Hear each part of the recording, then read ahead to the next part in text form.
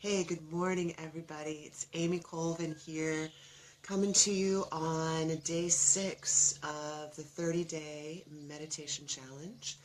That challenge is in honor of National Meditation Month. And I'll put a link in if you want to join me for the full challenge. The full challenge will basically drop emails into your mailbox every day. It'll have these videos. It'll have nuggets of wisdom, self-reflection questions. Hey, good morning to whoever's joining me. I can't tell who that is right now, but it's nice to see you here. Thanks so much. And if over the span of this next few days you want to see specific topics talked about, please feel free to drop your comments in the section below. And if you find value, hey, good morning, Beth. Good morning, Stephanie. If you find value in these videos, by all means, like, love, share. The Facebook algorithms love it when you share this stuff or like it, comment, so on. But ultimately, today, one of the things I want to talk about is the value of being authentic to yourself and recognizing that it can be really hard to be who you are, and sometimes it's so much easier to be someone else. Sometimes, in fact, I think all of us at one point or another experience that time of life where, or day or hour, where we want to put on that fake smile, where we're really not feeling very good on the inside. We're feeling pretty puny, but we put on that fake smile and we go out there and we do it anyway. And sometimes in professional settings, it's really important to do that. But what I invite you to consider is when you're at home on your own or in a safe and quiet space, how often do you really just settle into honoring the fact that you're having a blue day or a bad day? I've heard a lot coming up recently about people who are just struggling, and rather than sitting down and embracing their struggle and acknowledging who they are, how they are in this moment, they continue to suppress it, push it aside, keep striving forward because they don't want to let anybody know that they're not Superwoman or Superman. And so that's part of being human. That's part of the human condition. And one of the things that I found to be really helpful for me in transitioning out of that worldview into a much more grounded space is meditation, and specifically mudra meditation. So we're going to do a little bit of work with mudras this morning.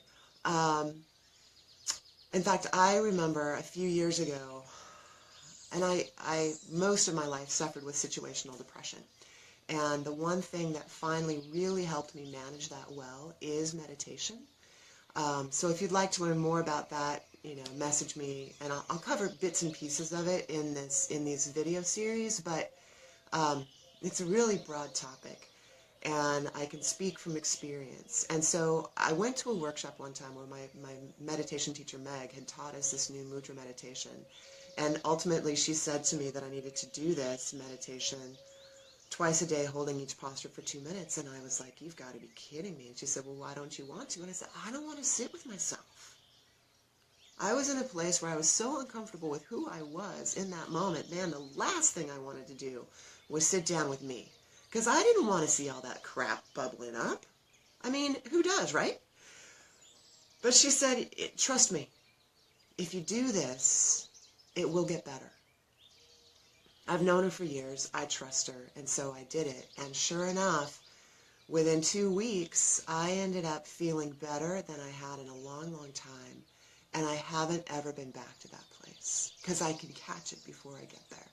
So a couple things. I'm just going to do 3 mudras with you this morning. Mudra is just a fancy word for hand posture. The first one we're going to do is just have our hands, like in a prayer position, in front of the heart. This particular position represents, hey, good morning, Angela. This particular position represents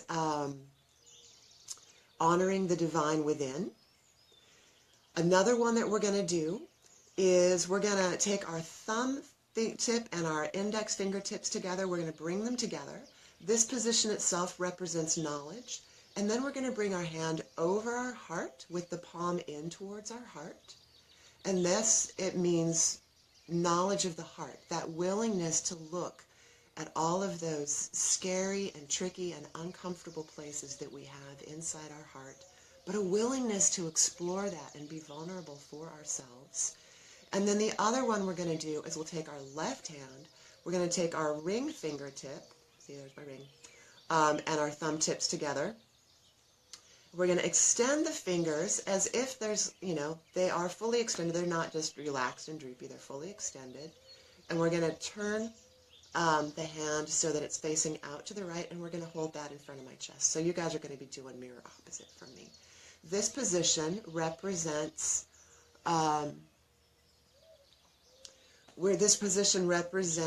strength. The ring fingertip and thumb tip together represent strength, and having that hand in front of the heart represents strength of the heart.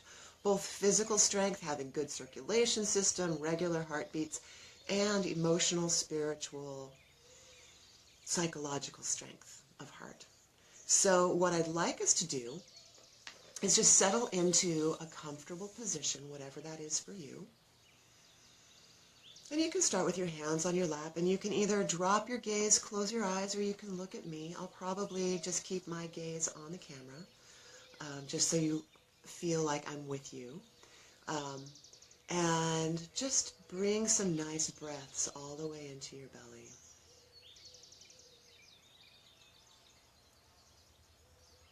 Allow your breath to come deeply into the belly. Allow your body to relax. Relaxing the jaw.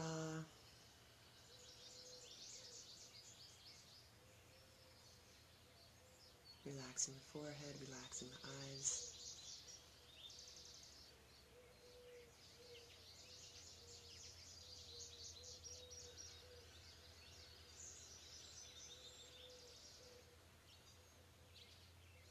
And then bring those hands together into that prayer position in front of the heart. That position that represents honoring the divine within.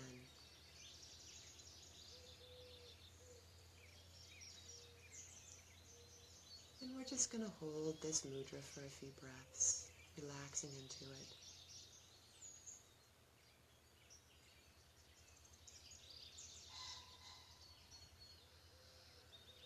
Really opening our hearts to that connection to the divine source within us, knowing that we're not alone, that simply through this practice of breathing deeply with intention, connecting with our body, with that divine within, we suddenly have that internal friend, that God self, whatever you want to call it, that's there to support us.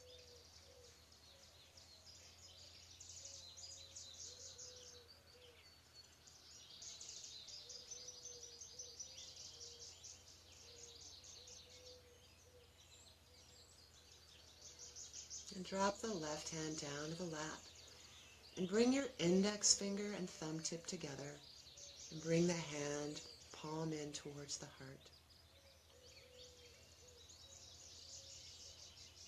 That thumb tip and fingertip represent knowledge, and the hand up against the heart represents knowledge of the heart.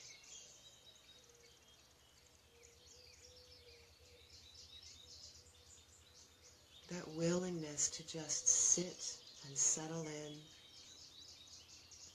exploring the joyful places of the heart, and exploring the sadnesses.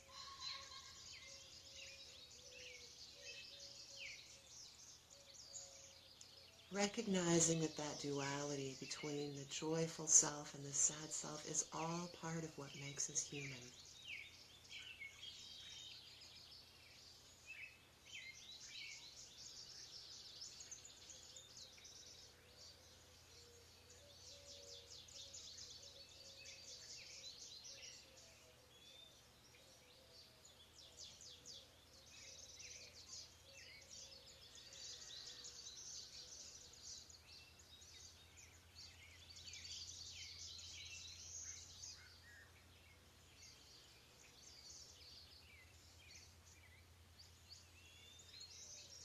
You relax that right hand down into the lap. Bring the left hand up, and the left ring fingertips and thumb tips come together. The other fingers are extended. And bring that hand to the level of the heart with the palm facing out to the right. This position represents strength. Having the hand in front of the heart represents strength of the heart.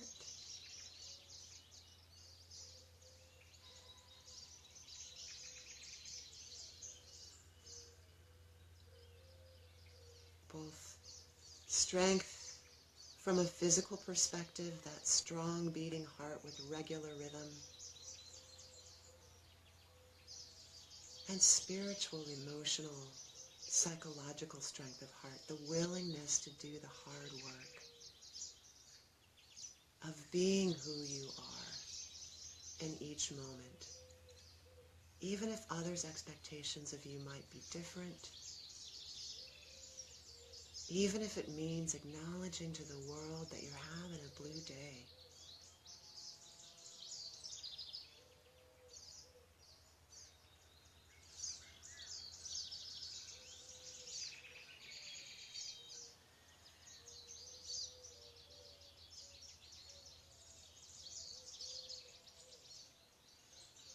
And then relax that hand, bringing it back down into the lap in whatever way is comfortable.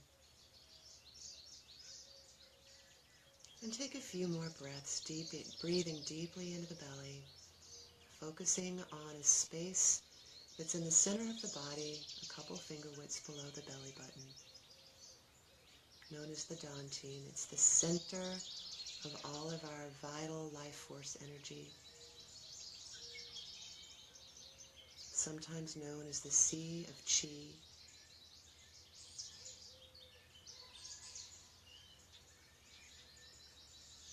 And just allow yourself to relax into being without thinking or doing, just recognizing what it feels like to be alive on this beautiful morning.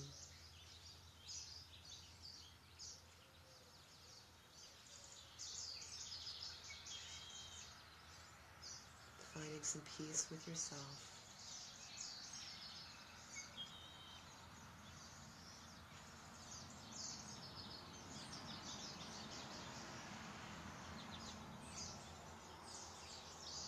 And recognizing that even though sometimes it's difficult to be yourself, there is more value in being you than there is in being someone else.